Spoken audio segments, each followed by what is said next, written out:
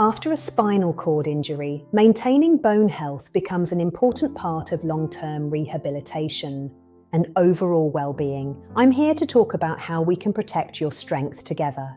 In this video, we'll explore why bone loss happens and what steps you can take today. After a spinal cord injury, bone strength can decrease over time. This is called bone loss or osteoporosis. In a healthy body, bones are constantly being remodeled and kept strong through movement.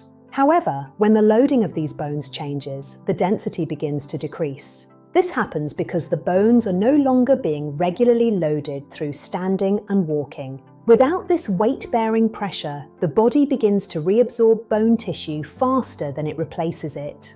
As a result, the bones, especially in the legs, can become weaker and more fragile. This fragility means that the risk of fractures increases significantly as time goes on. These fractures can sometimes occur with minimal trauma or even during everyday activities like transfers. Because the bones are less dense, even a small twist or bump can be enough to cause a break. Bone loss often happens without any symptoms at all, which is why prevention is so important. The good news is that there are many ways we can manage and protect your bone health.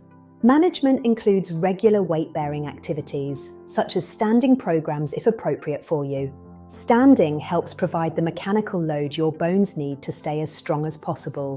Whether it's with a standing frame or at parallel bars, regular loading is a key part of the plan.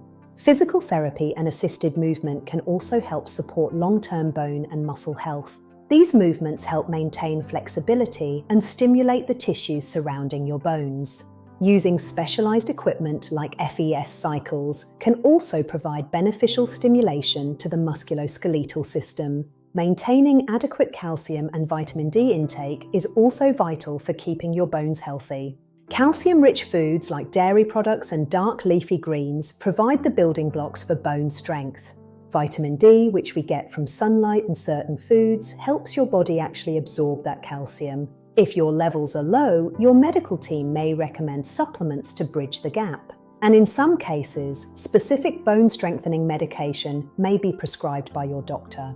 These treatments are tailored to your specific needs and bone density results. Always remember that any medication should only be taken under strict medical supervision. Safe handling and transfers are essential to reduce the risk of accidental fractures. Using proper techniques ensures that no unnecessary stress is placed on fragile areas during movement.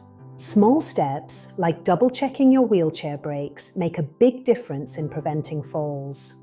It's also important to know when to seek help. Listen to what your body is telling you. Seek medical advice if you notice any swelling, deformity, or unexplained pain in your limbs. You should also check in after any fall or minor injury, even if it doesn't seem serious at first.